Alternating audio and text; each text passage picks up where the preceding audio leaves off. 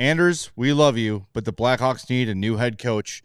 Who are some of the candidates, either with jobs or currently without jobs? We'll let you know next on CHGO Blackhawks.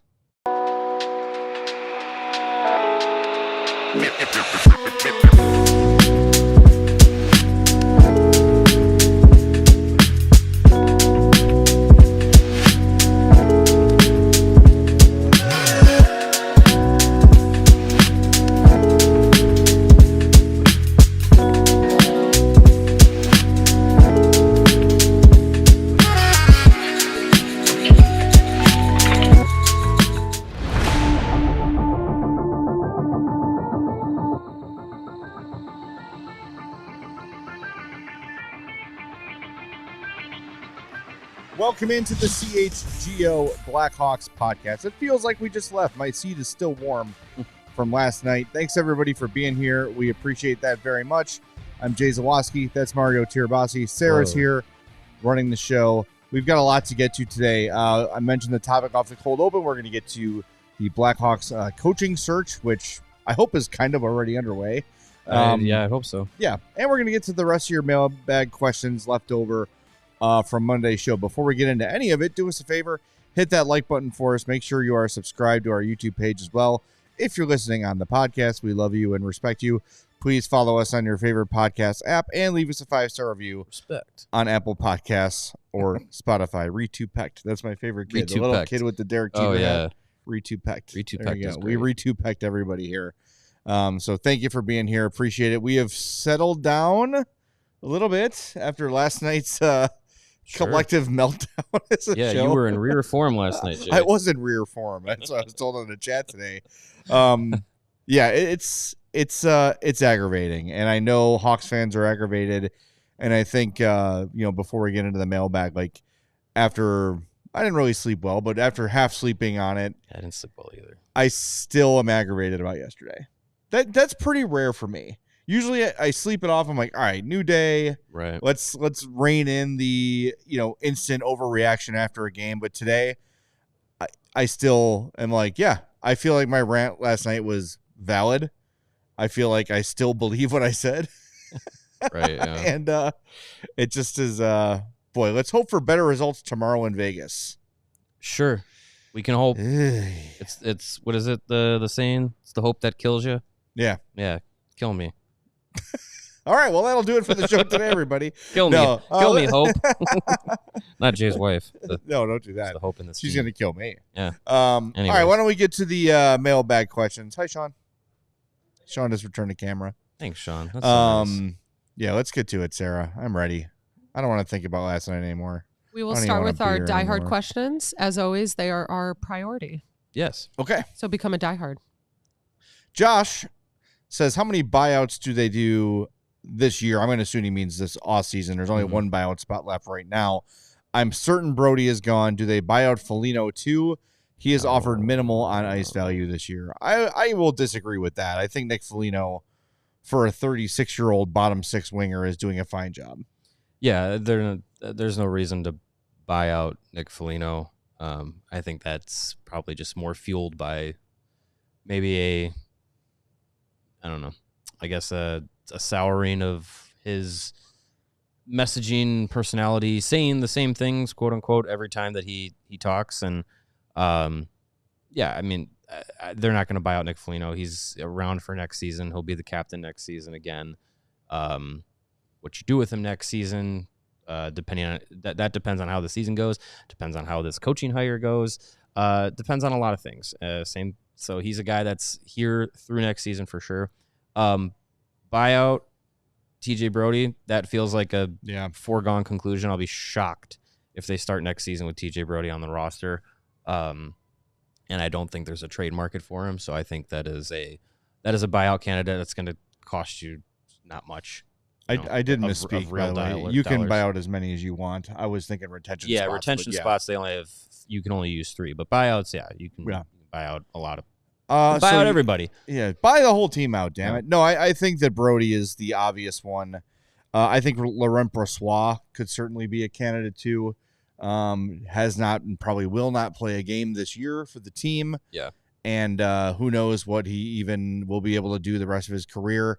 So that's a possibility as well. And there is only next year on that deal. So not the end of the world to buy that one out either. Other than that, I can't really foresee any other buyouts because you've got Mikheyev, you've got Dickinson, Foligno. You're pretty happy with those three. Mm-hmm. Your Bertuzzi and Teravainen have been some of your more consistent players, believe it or not. Reichel's got a year at 1.2. You might as well see what he's got left. Mm-hmm. Dennis Bedard and Nazar, Slacker, and Doc, they're not going anywhere. Defenseman, Jones, Vlasic, you're not buying out. Yeah, I don't think they're not going to buy out Murphy. No. So, I think that those are the two. The guys that though buyouts are mainly, those are for guys that it's just like, you know what, it's probably a better opportunity for you to try and go somewhere else and figure it out somewhere else. And we don't necessarily need we'd rather your roster spot than you. And right. You're paying for roster spot. Yeah, you're paying to open up a roster spot. And the guys that, you're like, oh, buy them out. A lot of them for next season aren't even signed for next season. So you just don't need to sign them again. Right. So I think as far as like getting guys their roster spots open, I think, yeah, like you said, Brossoit, maybe. But Brody seems like really the only one that makes the most sense. Yeah. I do wonder, though, if Jones is traded, if they don't keep Brody around just as a body. He's already here. He's a right side defenseman. I'd prefer just to move on. Obviously, I said that after the first game in Utah. But who knows what the Seth Jones thing does for the outlook of the team. I do want to say one more thing about Foligno, too. You mentioned fan frustration with him sort of saying the same thing over and over. Mm-hmm. I think a lot of people are looking at this team who is, as I said last night, seemingly uncoachable, not getting the message on how they need to play every night, and are looking at the guy with the C on his chest as the guy who's supposed to lead them through that in the locker room, and that hasn't happened. Right. Now, I don't think Nick Foligno is not trying. I think Nick Foligno can talk till he's blue in the face about, guys, this is what we need to do. Mm-hmm. He said it over and over. He says all the right things. He says it publicly. He says it privately. That's why he was named captain. But for whatever reason, this team is not really responding to anyone. Yeah, I don't think it's... I think what we've seen from, the comments from some Seth Jones and kind of the fallout of that over the last 12 plus hours is about like, oh, where's this messaging been? He's been a leader on this team, all that stuff. And we kind of talked about it last night. Like, I'd venture a guess that honest conversations about things like that are not happening in the room. You're saying they are happening? Yeah, I would imagine. I would not imagine this is the first time any Blackhawks player to either each other in the locker room, obviously publicly it is, but that they're saying like, hey guys, we're not getting it done. We're not doing the things that we're being told to do. We're not executing, like in less words, but I feel like I'd hope that these grown men who are longtime NHL players can have those open and honest conversations and self-reflections about how this season has gone.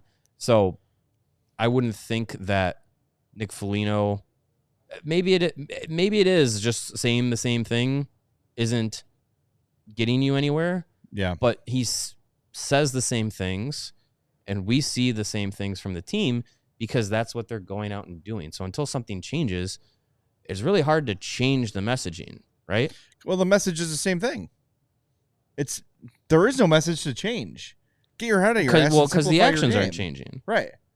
Yeah. So there's really a whole lot that he can't do or can't say because we're still in this same spinning our tires spot. So I don't know. I don't know what else he's supposed to say or do when those simple things, as Jones said, they're refusing to play a simple game. When that's not getting done, that's like square one. And if you can't get past that square, like there's really nowhere else you can go. Yeah. All right, let's move on to one more before we hit the first break of the show. Windy City Hockey says, could there be a possibility Kurashev is put in a trade at the deadline? Since he has an expiring deal at the end of the season and still will have RFA rights with arbitration, we know it took arbitration last contract cycle to get a deal done, and I can't really see the Blackhawks qualifying his deal. Maybe I don't know if there's a lot of teams interested in Philip Kurashev. I don't think his value will ever be lower. Now, he could have a strong push here over the next week. He's going to obviously play. Right. So if he finishes strong, maybe teams look at last year and say, hey, given an opportunity, he put up a 50-plus point season.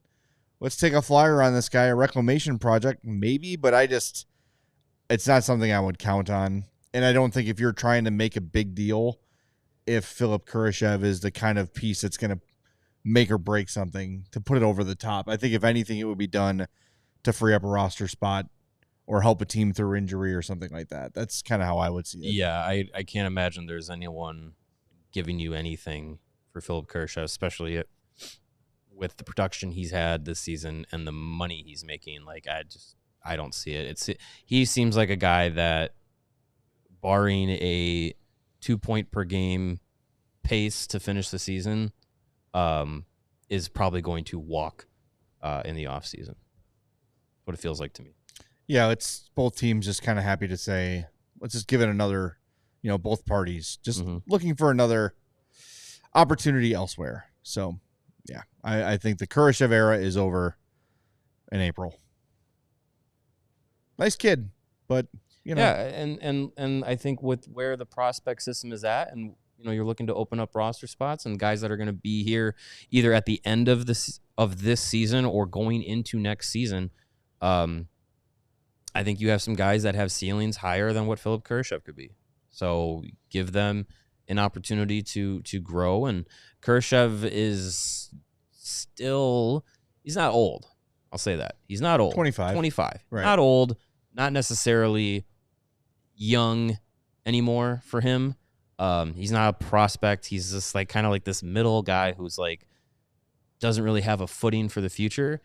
And I'd much rather give opportunities to guys who are 20, 21, 22 who have chances to find their footings for the future. And I think Kyle Davidson probably, for his own guys that he brought in, would give that opportunity to more than someone who's kind of been hanging around that wasn't necessarily his quote-unquote person. Yeah.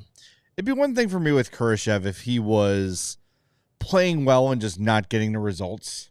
Mm-hmm. But he's been scratched a ton. Yep. Like, in and out of the lineup. He dropped something. Inconsistent when he's in the lineup like that, and that's why he gets out of the lineup. And it seems like last season was an anomaly. So it's hard to hang your hat on that when everything besides last season has told you he's not really a play driver, not really a finisher. He's fine on both ends of the ice, but doesn't really give you much more than that. All right, we probably don't have time for another one before the break zone, so let's get Josh's comment on here. He says it's a combination of a disconnect from the vets who may or may not want to be here to the kids and the team not having elite players and overall just a bad team. Sure, the message could be better, but I think Josh is continuing to type. But the point is correct. I do think you've got two factions here, if we want to get into wrestling terms, right? Mm-hmm. You've got these one-year vets or these short-term vets that, hey, like, I'm hoping to get here and maybe someone's interested in me at the deadline, or I got one more year to make good money, and then I'm moving on or whatever. And then you've got these young guys saying, like, we're ready to be this new era of Blackhawk hockey, but we're not really quite ready yet. And it's a taffy pole, right? And in the middle, you've got your Foligno, Dickinson, Bertuzzi, Teravainens, who are like trying to pull the two sides together, right? And it's just not really working. Yeah, that those glue pieces aren't sticky, right? Like, it's just not. It's not putting together the team that you thought they would have, and they have those qualities. They've had those qualities in other spots. It's just for whatever reason, it's just not cohesive here, and it's just not working. So you gotta pick which basket you're putting your eggs into. Are you going veteran heavy, or are you gonna go future heavy? And I'd rather go future heavy. Me too. I also don't mind though if they're gonna find 2 or 3 vets that want to be here long term. If you want to bring in, sure, of course the priority is coach / elite free agent or trade piece. Right, yeah. But if you want to sign 2 or 3 more Teravainen and Bertuzzi types, offense or defense, whatever. But you know what I'm saying? Like kind of upper middle tier free agents to make the roster better to long-term deals. I'm okay with that too. And let these younger prospects like Lardis and those guys like and Renzel not have to come and be NHL players next year or the year after. Give them the proper time to ripen and fill out some vets with 2-3 year deals that they know they're going to be here. They're not looking over their shoulder for the deadline, and they can kind of, you know, to steal a little bit from Denny Savard, like commit to the logo a little bit here. Right. Yeah. All right. We got to hit the break zone. Do us a favor. Hit that like button for us. If you're just jumping in, make sure you are subscribed to our YouTube channel as well. More of your great mailbag questions coming up next on CHGO Blackhawks. Do you remember your first date with your lovely wife? Yeah, we have different stories of how it happened. But yeah, I remember it. That's for a different show. What was your Grundle smell rating? I gotta imagine 3.5. I was a little nervous. Ooh, that's pretty high. And see this, my wife and I started dating in the early 2000s, like when Sarah was not born yet, and Mando was not out there. Yeah, I did not have Mando handy that night. Could have used it. Maybe would have gotten married a couple of years earlier. Had I had Mando, maybe the whole body deodorant, it's great. Would have been much faster in, you know, getting my wife to love me. And you should do that too. You don't want to be a stinky weirdo. No, you Get don't. yourself some Mando. It is safe to use anywhere on your body. That means your pits, your balls, your thigh folds, your belly buttons, your butt cracks. Hopefully you only have one of those. And your feet. Hopefully you have 2 of those. Created by a doctor who saw firsthand how normal BO was being misdiagnosed and mistreated. You can choose from a variety of scents like the bourbon leather, the Mount Fuji, the Pro Sport, or my favorite, the Clover Woods. It's clinically proven to control odor better than a shower with soap alone. This is science, Mario. Pay attention. 12 hours after a shower, the average man Grundle odor was a 5 out of 10.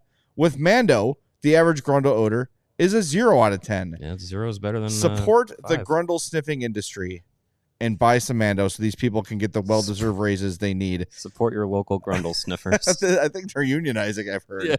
Yeah. Mando's starter pack is perfect for new customers.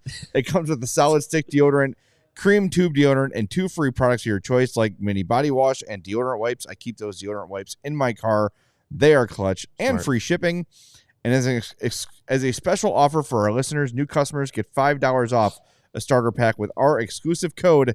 That equates to 40% off your starter pack. Use the code. You want to guess what it is? Yep. CHGO at shopmando.com. SHOPMANDO. Use that code CHGO. Please support our show and let them know we sent you. Stay fresher, smell drier. I mixed those 2 up. And boost your confidence from head to toe with Mando. Well, if you smell dry, it usually means you're not going to smell like smells very dry. nothing. Yeah. And smelling like nothing is better than stinking, at least. Yeah, I'll take a 0. Yeah. Sure. A net 0 A net 0 is great. Yeah. There's Absolutely. 0 net 0 players on the Blackhawks this year. They're all minus. Yeah. And sometimes a net 0 when you're wagering on sports is not a bad thing. I dated a but net 0 in college. Sorry. It's also the internet I had for a while. But with Prize Picks and your acumen and your knowledge for wagering on sports, you can win up to 1,000 times your money now on Prize Picks. What is Prize Picks, you might ask? Well, it is the best way to get real money sports action. You can join over 10 million users and sign up today. And what you do with Prize Picks is a lot different than some other wagering sites. With Prize Picks, all you got to do is pick more than or less than on a bunch of different stat categories across NBA, NHL, Major League Baseball is underway now with spring training. Prize Picks, you can bet on darts. You can bet on German pretzel cutting. Yes, is that on there? Yes, the Bavarian Championships are going on right now, and you know you're able to. It's super easy. More than or less than. Connor Bedard, 1.5 shots, more or less. That's all you got to do to make a decision, and you can make anywhere between 2 and 6 selections, and with Prize Picks, you can have the flex play, which means if you make that full lineup, that full 6 picker, but only 4 hit, you're still going to get some money back. Nice. So that's a good way to do it with Prize Picks. And right now, you can sign up and get $50 instantly when you play $5. You don't even need to win to receive that $50 bonus. It's guaranteed to you when you play your $5 selection. Download the app today and use the code CHGO. You're going to get that $50 instantly when you play your first $5 lineup. Prize Picks. Run your game. All right. Any super chats we need to get to here, Sarah? What? Ooh. Must have had some bad moves on Prize Picks. That's all right. We'll get there. Let's get to more of the mailbag then. This one from Blackhawk63. Happy Monday. Thank you. Monday was great. Which top NHL assistant coaches would you consider to be the next Blackhawks head coach? Even John Cooper had to start his head coaching job somewhere. Well, That's I think true. This is a perfect lead in to our big topic of the day is head coaching candidates. And what we've been saying kind of as this has gone on since Luke Richardson has been gone and since Anders Sorensen has kind of been put in place, and we know he's not the guy. Like, we don't need to sugarcoat it or anything. Like, he's not going to be the head coach of this team. It's been on an interim base. It's been said publicly by Kyle Davidson that, Anders Sorensen is going to remain with the organization even if he's not the head coach. So it seems like he'll go back to Rockford, or maybe he's made an assistant. Who knows? But that should be up to the next head coach coming in. And when you look across the head coaching landscape in the NHL, guys that are either available, guys that are on hot seats, guys that don't have contracts for next year, and I shouldn't say all guys because Jessica Campbell, she's rising up the NHL ranks for sure. And people who either are unemployed right now or are on the cusp of being ready for an NHL head coaching job because they've been assistants or they've been AHL head coaches. There's a long list you can go down. And speaking specifically to assistant coaches, 2 of them that jump out to me are on the staff of one of the other guys that we're going to name and we'll dig into. But the Pittsburgh Penguins seemingly have a head coaching / coaching staff shakeup on the horizon. 2 of their assistants, David Quinn and Mike Vellucci, I think are 2 interesting candidates. Vellucci has been an assistant coach with the Penguins for the last handful of seasons, started there in 2022. He was with the Carolina Hurricanes as one of their assistant GMs and then became the Charlotte Checkers head coach for a few seasons as well. In the AHL, won the Calder Cup in 2019 as the head coach of that Charlotte Checkers unit, and then became the assistant for the Penguins. He's a guy his name pops up in head coaching conversations a number of times. So if he's on the list, I'm not going to be mad about it because I think he's a guy that has kind of, like, as the question says, John Cooper had to kind of go up the ladder. He's a guy that's gone up the ladder for sure. The other guy on that staff is David Quinn, who's had success both at the college level and I guess you wouldn't say too much success at the NHL level, but he's done it over 5 seasons with the Rangers and the Sharks. He's, like I said, at Boston University for 5 seasons, 105, 69, and 21. Nice. He's a Penguins assistant coach this season. That's another guy who is in that assistant coaching rank, who has done it before now at the NHL level, that could be on the radar for the Blackhawks as they go into this. And I know we want experience, and I understand. I'm with you. I have Lucci on my list too. But just like look at what Spencer Carberry is doing in Washington, right? Yeah, he had no NHL head coaching experience before that job. Mm-hmm. Ryan Warsawski in San Jose, they're not winning, but they're having fun. They're scoring goals. He's a guy who's climbed the ladder, right? Sure. Like that's not so. I wouldn't completely write that off. I'm open-minded to that, and I think that's why Nate in the chat says David Carl's a hot name. But I don't know if going with another unproven coach is the play. If you're saying, do you want a guy with or without experience, and I'm just picking in that vacuum, I'm going to say with. But the things I worry about with an inexperienced coach, of the players are going to look at them side-eye when they suggest something. They're not really respected. I think somebody like Vellucci, somebody like Carl, somebody like Quinn, they're not going to have that problem. They've been in the league for a long time in varying roles. They've worked under really accomplished head coaches, so they've got that going for them. They've worked with high-profile players. They've got that going for them. I think there's a difference between those kind of people and your Sorensens and your Richardsons and your Colletons and down the line, right? Right, yeah. So, yes, I'm not completely saying absolutely not, no coach unless they have an NHL experience.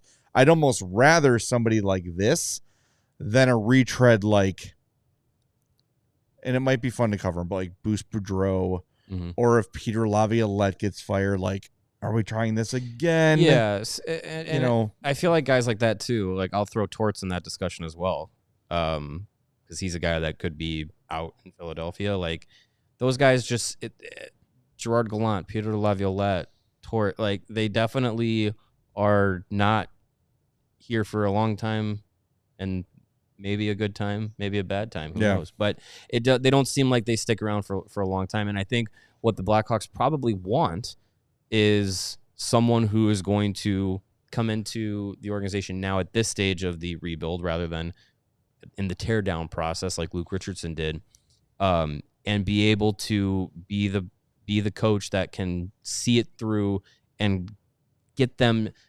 You're not getting them now through the teardown part. Now you're in charge of the going back up. Yeah, the rebuild. And like the build of the build back up of it. And I think they thought initially that Luke Richardson would have an opportunity to do it, but he never turned the corner.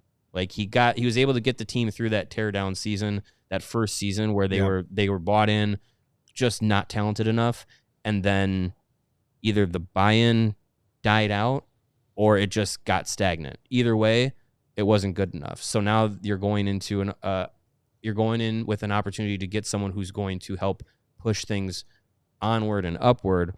And I think having someone who has NHL experience, whether it's as a long-term assistant or as a previous head coach, I think that matters. But I think you have to have someone that can communicate and can connect with a team that is looking to go on the upward. Laviolette, Torts, and Gallant seem like guys that take over teams that are already ready to go, and they push them for 2-3 seasons before their welcome is worn out. Right. And I don't think the Blackhawks would want that, and I don't think this team is set up for someone like that to take over the head coaching spot. A couple other names I have on my list. Jay Leach, who's an assistant with the Kraken, was a head coach of the Providence Bruins, so had some experience with some of their young players, also in Wilkes-Barre Scranton with the Penguins. Also with the Kraken, Jessica Campbell. She was an assistant for the German men's national team in 2021 World Championships and an assistant with the Coachella Valley Firebirds. Likes that one. And was promoted to the Kraken. What did you say, Sarah? Katie likes that one. She got excited. I'm down for it. I think she is qualified as hell. I worry about hockey culture accepting a woman as a head coach. It's awful. It's overdue, but I just know the way some of these dudes think. Some in the Hawks room, some elsewhere, and I'm afraid that they would not take what she has to offer and take it with value. I hate it. I would love to see her get an opportunity. I think it's happening at some point, but hockey is 5 years behind, at least in terms of culture of the other sports. Right. This is the first. I mean, how many women NBA assistants have there been? How many? It's football assistants have there been? Yeah, I mean it's growing, and I think that's a testament to people being a little less closed-minded about who can and cannot have knowledge of a sport and how to coach, how to teach, and all that stuff. I think it's great that she's had the opportunity with the Kraken and continues to grow that experience, and I think she'll eventually continue to get more and more opportunity. Rave reviews from her work with the Kraken, but yeah, I agree that the perception of it as a head coach, I just don't think it lines up with what the Blackhawks probably want to have happen. because I think that I think they're not at a point where they want to roll the dice on that kind of experiment. But I would love I would love to cover history. I would love to watch her succeed and prove that it can certainly work. Someone's got to be the first. I totally agree with you. Someone's got to do it. I'm just fearful. I'm just fearful. It would be awesome if that was the case, but from the Blackhawks standpoint, I just feel like they're at a spot where they did roll the dice. They did it with Richardson, and it's put the organization kind of behind. And I don't think you want to roll the dice on that kind of move. And then if it doesn't work out, you're even further behind. I don't think the Blackhawks right now where they're at is the organization to make that choice. But I feel like there will be an option. There will be an opening and an opportunity for either Jessica Campbell specifically or someone like her that will come through and get that opportunity in NHL. Put me in, coach. That's all I'm saying. Let's hit the break zone so I can decide whether or not I'm going to go off on someone in the chat or not. Okay. We'll be back with more on the CHGO Blackhawks podcast. Are you in the market for a new vehicle? Well, then check out our friends at Ray Chevrolet. They have the auto show deals going on right now out at their location in Fox Lake and online. And that means the latest vehicles that you've been looking for are now priced with huge auto show savings, like $11,000 off of MSRP on new Chevy models. Or you can check out their selection of over 125 vehicles priced under $20,000. With one of Chicagoland's largest Chevy inventories, you're sure to find the perfect vehicle for you. And as one of the top-selling Chevy dealers in the Midwest, they're able to keep their prices competitive, so you'll know you'll be getting a great deal. And with Ray's Price Promise, that lets you shop confidently, because a guarantee of no add-ons, no hidden fees, and no gimmicks means the price you are seeing and hearing is the price that you will pay. Don't have to worry about any price changing, any stressful negotiations, or any tricks, because the people at Ray Chevrolet just want to help you get into the right vehicle at the right price. So go see for yourself. Visit our partner this February, just a few days left, at their convenient location on Route 12 in Fox Lake. Don't miss out on their auto show sales event going on all month long. Be the star of the show and take $11,000 off of MSRP today by shopping Ray Chevrolet in Fox Lake or at raychevrolet.com. They've been serving the community since 1963. Together, let's drive. Life's been a little crazy lately, and one thing that helps me unwind, do we have any here? I think we do, actually. We might. Some cornbread hemp CBD gummies.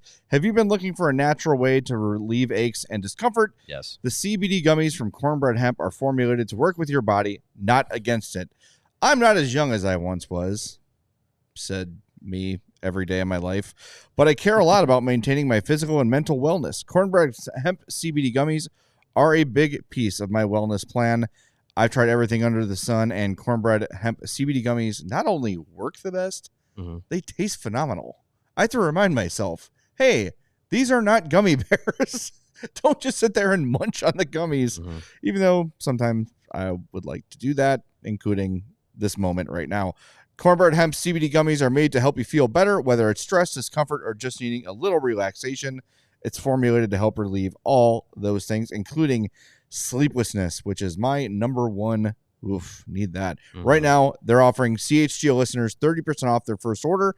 Just visit cornbreadhemp.com/CHGO and use promo code CHGO at checkout. That's cornbreadhemp.com/CHGO and use code CHGO for 30% off your first order. This is the good life. Got the good life. Yeah. I think the chat's handling it, but I handled it. I don't have the patience. Did you get rid of them? I got rid of some people, yeah. Good. I just really don't have the patience for I don't that type either. of I mindset. just And honestly, I don't think I really have the space. if you were to stack resumes of Jessica Campbell and some of the other people we're talking about, they would look very similar. Yeah. The only difference would be we could do a whole the show gender on the driver's license. Yeah. It is absurd. And this new term, I'm not even going to say it on this show because I'm not going to sully this show by using the term. The new buzzword that half the country has found that they cling to anytime someone that is not a white man has a job. Suck it. Go away. You are bad for the earth, bad for the planet, bad for the world. Reconsider your life. Thank you very much. Next. Period. God almighty. I could do honestly a whole show. I don't want to because yeah, I don't feel like giving them the satisfaction of the trolling that they want. It would be, you would really it's all for attention. So I've already given them more than they need. People would really get to know me today if we did. Yeah. The only way they get attention from a woman is when they criticize them for having a job. Anyways, let's move on to the next question. Let's get another mailbag question, please. Let's see. Buzz. Here we go. Should we take a goalie? I can't. It's just going from that to that. Should we take a goalie with the Leafs pick? Sure. I mean, that sounds great. Change the subject. Yes. There's a guy that is going to be in that area. That is the top goaltending prospect right now in the 2025 draft class. Has a wonderful name, Joshua Ravensbergen. That's an awesome name. He is the prototypical goalie of the modern era that you really want to, you really want to be able to kind of like hang your hat on and say like, yes, there's definitely a future in the NHL with that guy. 6'5", big kid, very athletic for his size, and I think there's definitely something worth taking a goalie at that position because you have, the emergence of Arvid Soderblom this season being different than the Arvid Soderblom we saw the past 2 seasons is really nice. Are you hanging your hat on him that he is a NHL starter and the goalie of the future? I think he's the goalie right now. That's certain. But I think you still need to make sure that you have someone behind him. That was the thing with Corey Crawford. Yeah. You just hung your hat on Corey Crawford for so long that you didn't really pay attention to trying to find anybody who would come up behind him. It was just piecemealed, and now we're at a spot where, you've had Peter Mrazek for a few seasons. He's been okay. Soderblom, okay. Like you had to kind of piecemeal things. So I think taking Ravensbergen would be a good idea. You place him with Comezzo, who seems like he's figuring things out in the AHL. Adam Guyan is playing at Minnesota Duluth.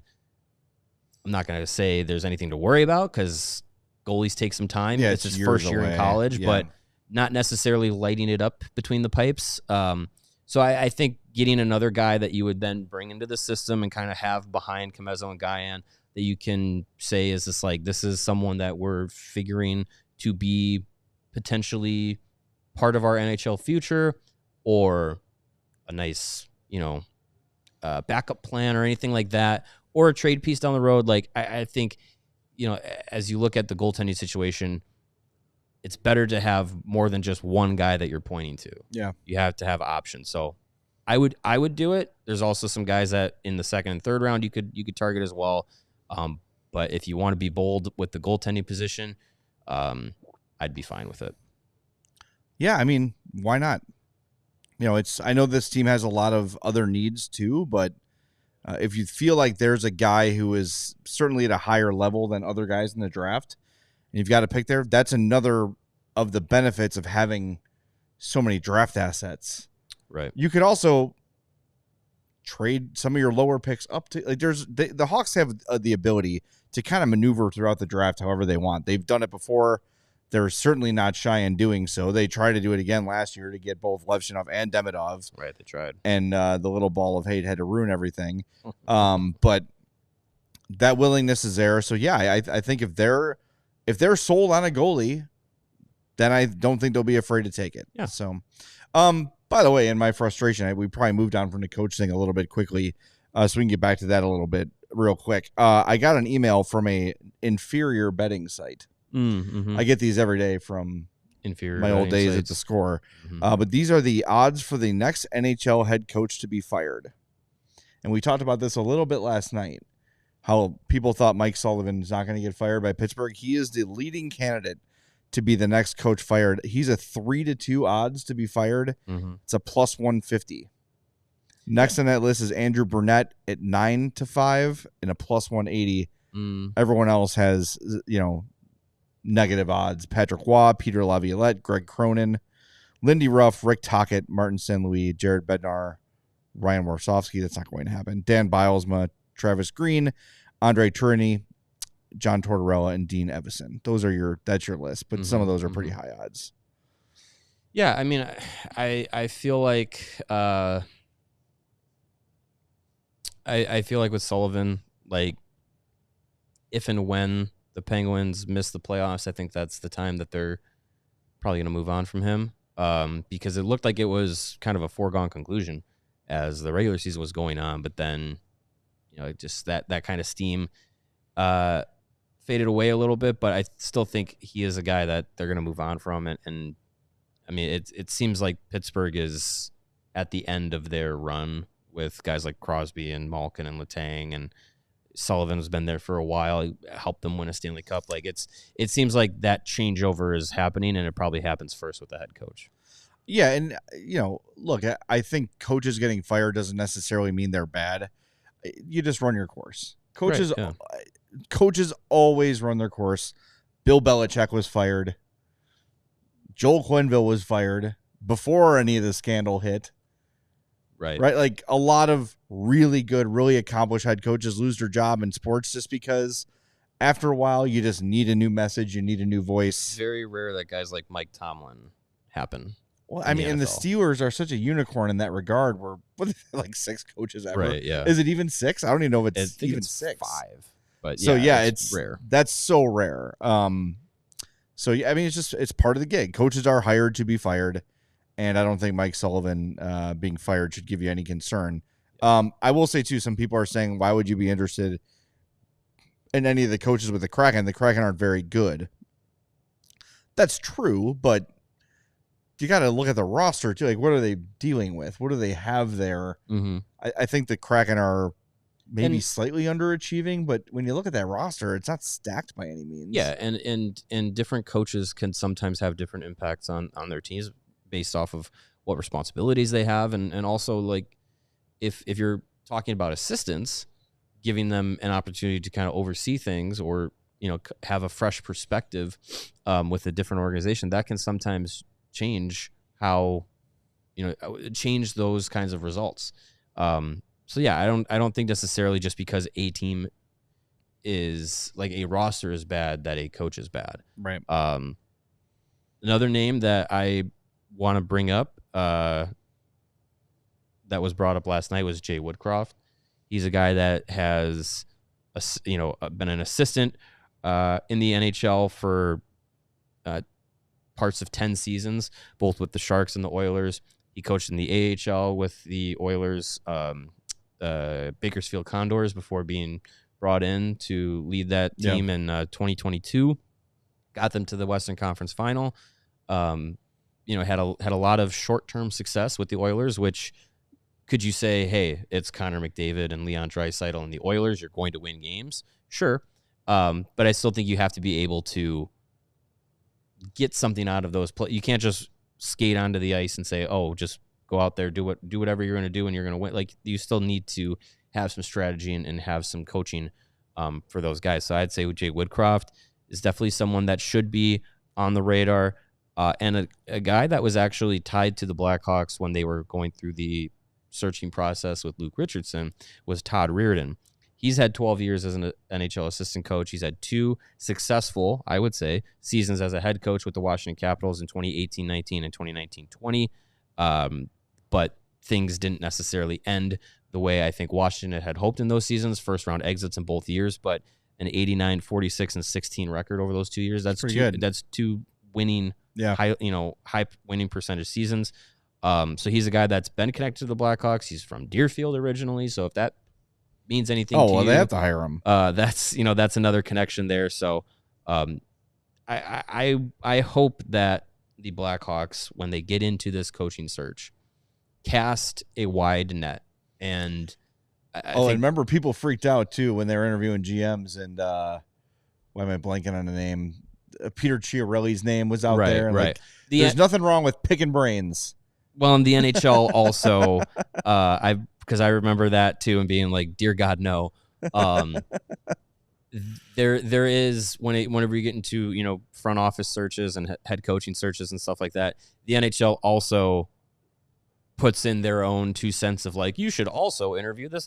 They're like a like a resume search engine to be like, all right, in our database, this person's available. You should also interview them. Like, I think that's where that Peter Chiarelli interview came from. I'm sure there's going to be someone like that that it pops up in the interview process with the Blackhawks that everyone's going to be like, no, please God, no.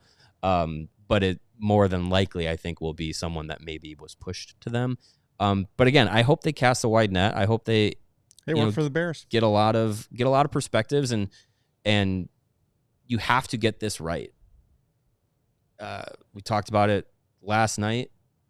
You have to get this head coaching hiring right, because if you don't, you set things further back. You delay the development of a lot of these guys, where now that first wave of the rebuild is hitting the professional and NHL ranks. You have to get them to take those next steps to get this team closer to success, to get more players around Connor Bedard to play with, either the prospects you have or free agents or whoever you bring in, as players bring in through free agency or trades. Yes, you're the coach. And if you don't have any steps forward, you're in trouble. I had 2 more coaches on my list that I want to mention just in case it happens. Go ahead. Todd Nelson coaching the Hershey Bears, which is basically like a pro team. Low-level NHL team. Yeah, he was the interim for the Oilers between Dallas Eakins and Todd McClellan. He also assisted in Dallas. And Ricard Gronborg is the Tappara head coach. He was an assistant with the Swedish Olympic team and head coach of the World Championships for Sweden in 2017, 2018. If you're looking for an overseas option, which I don't know if they are, but that's a name to keep an eye on too. Yeah, I mean, again, I think 2 Swedes in a row. I think there's a lot at stake with this head coaching hiring, and I don't feel like the Blackhawks are in a position to kind of roll the dice on a 2.0, on a maybe or a what if or a we'll see kind of thing. Yeah, so this is one they can't Don't get cute.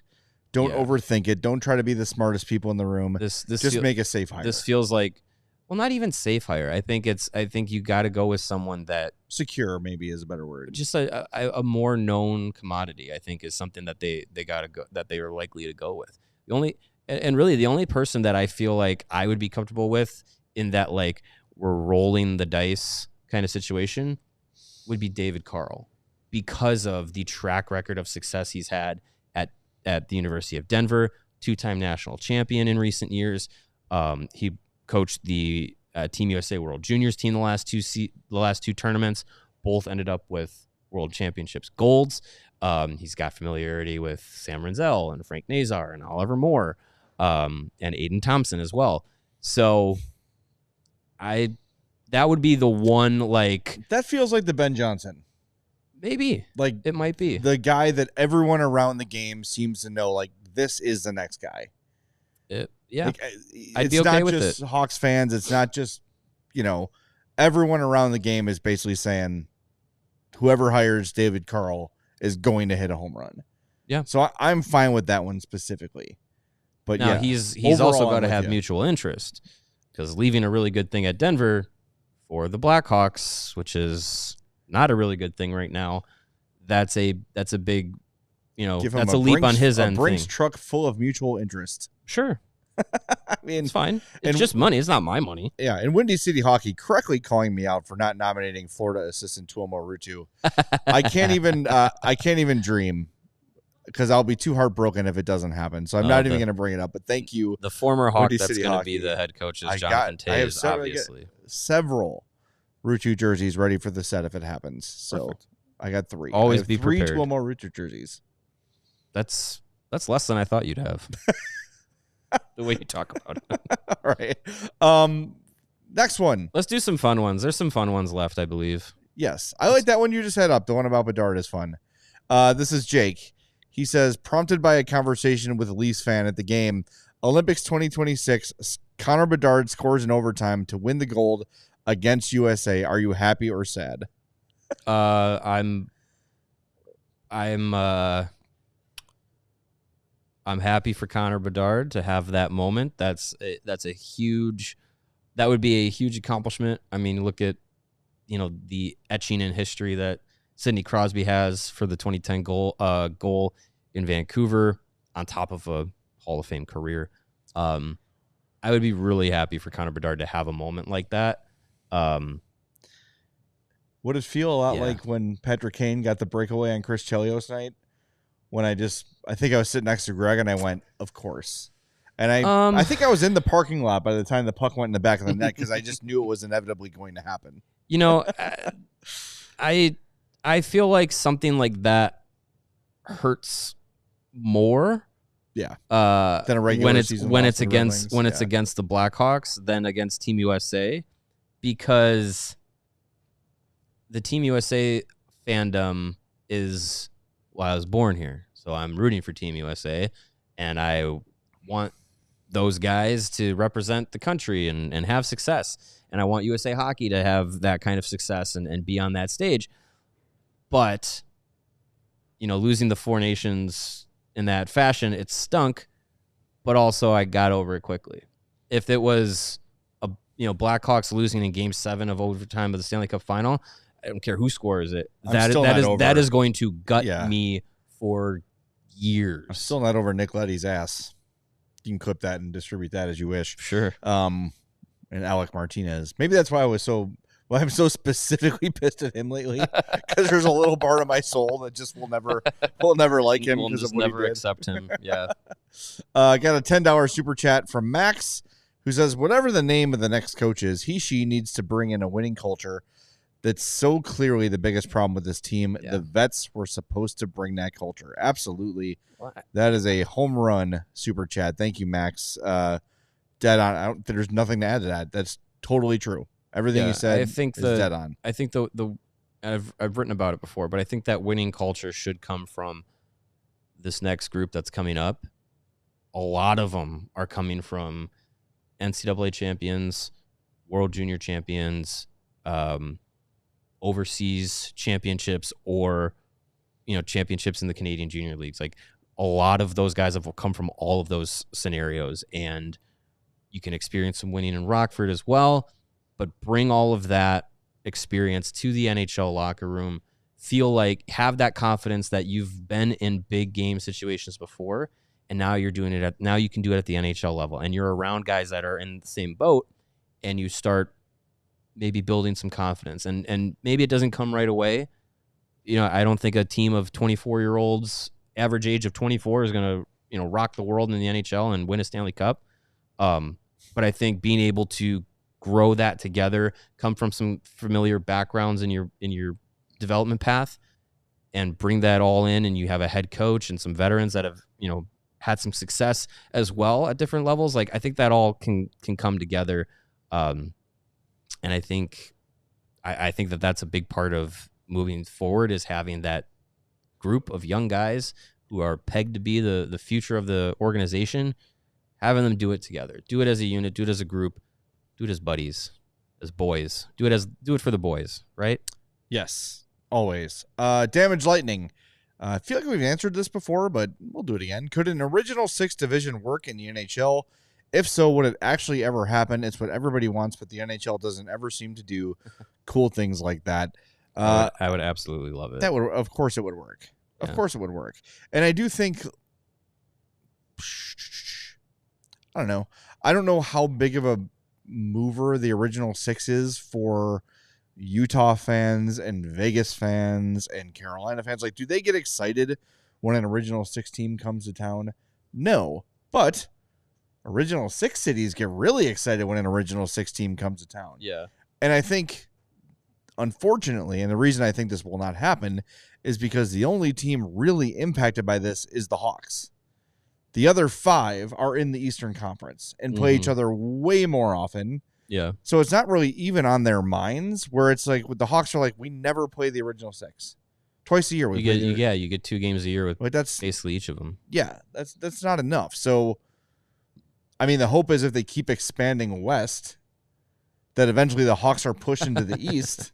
Maybe. But the problem there is, like, isn't Nashville technically a little bit east of Chicago? Yeah, but Nashville doesn't count.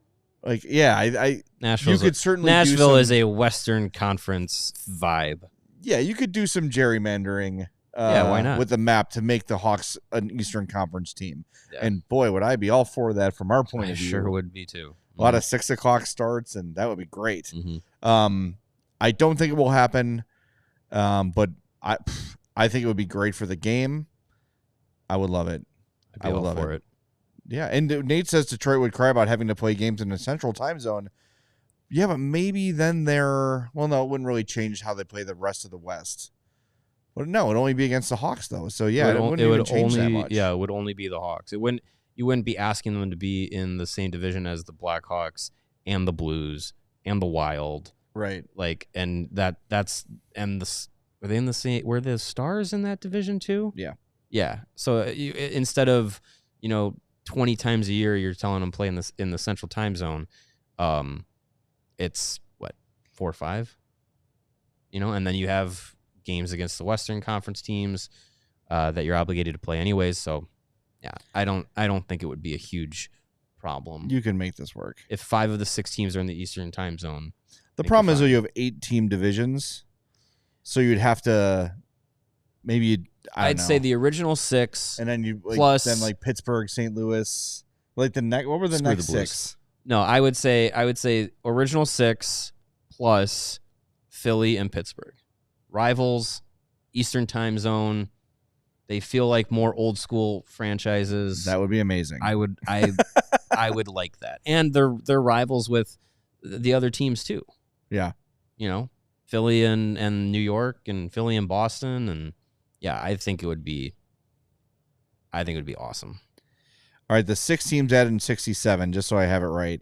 The California Seals, later named the Oakland Seals, and then the California Golden Seals. The Kings, the North Stars, the Flyers, the Penguins, and the Blues. Yeah. So the Flyers and Penguins were part of that next group anyways, too. Bring it on. I'd be all for it.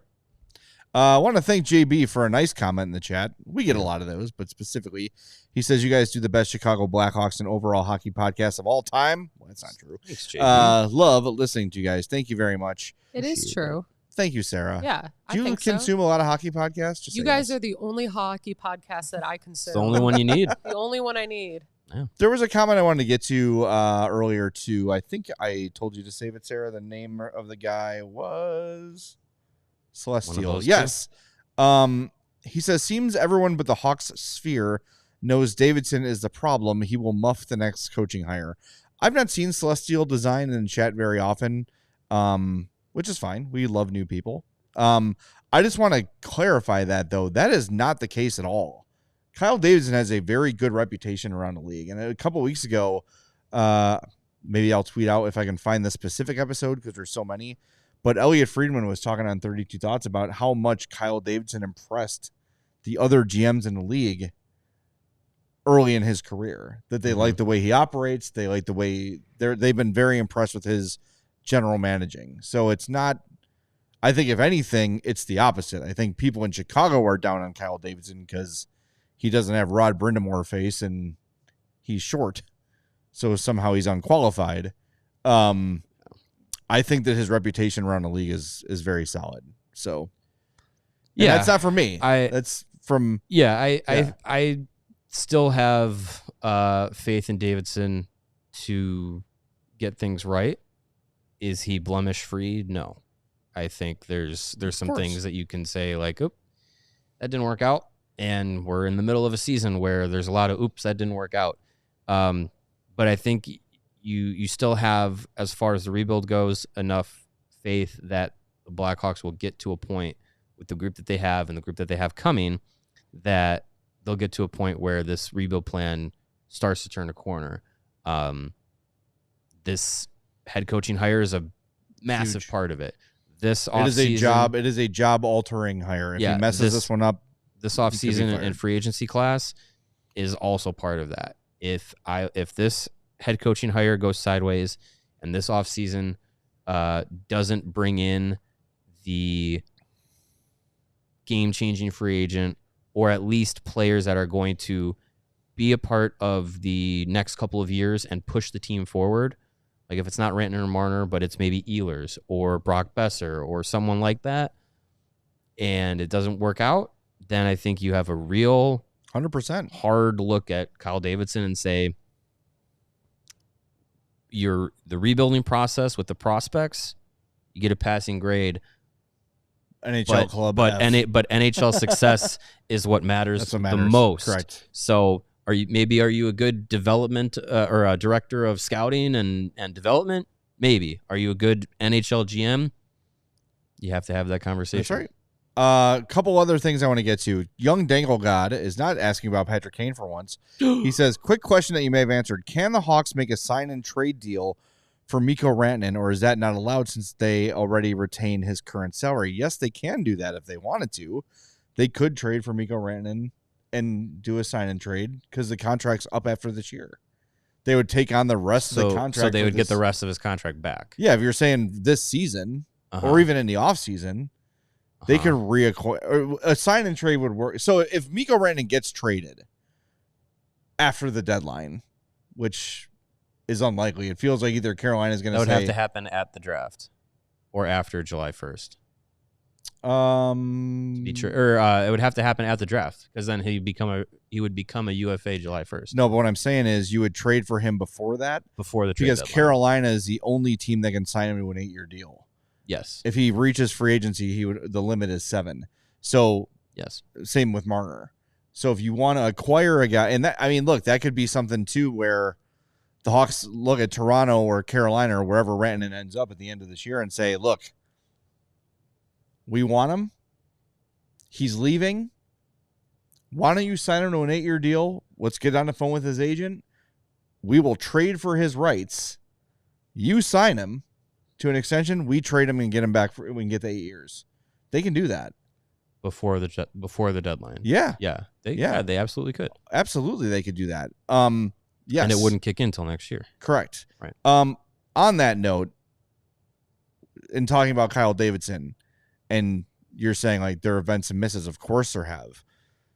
A month ago, Eric Tulsky, Carolina GM, was a friggin' genius for trading Martin Necas for Mikko Rantanen, and now Mikko Rantanen has not worked out in Carolina and looks like he's not going to maybe even end the season in Carolina. So that looks like a massive mistake on his part. So, all right, Josh says Sarah Valley said Rantanen can't go to Chicago prior to July because they retained. Well, I don't understand that. Why couldn't they just... I'm not. That doesn't make sense.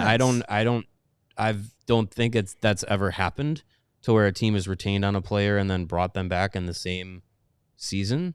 I've never heard of that happening. I wouldn't think it would be a problem, but I guess there might be some, CBAs. So, like, if the Minnesota Wild wanted to trade for Ryan Suter this year, they couldn't do that because they're retaining on his deal. I guess. Why can't you just take him back and pay the full deal? We'll follow that up. We won't get this answered on the show, but I will reach out to Mr. or Mrs. Puckpedia and see if they can explain that. It doesn't make a lot of sense. We'll see. All right. We are going to wrap things up. We are back tomorrow, Hawks and Golden Knights, 8:30 p.m. pregame show, 9 o'clock puck drop as Sarah sighs deeply. It's going to be a late night, but at least the Hawks are playing. That'll cheer us up. Hey, all right, we'll talk to you then. 8:30 tomorrow night. Hit that like button on your way out. Thanks for being here. We love you. Talk to you tomorrow. We all silly like the mayor.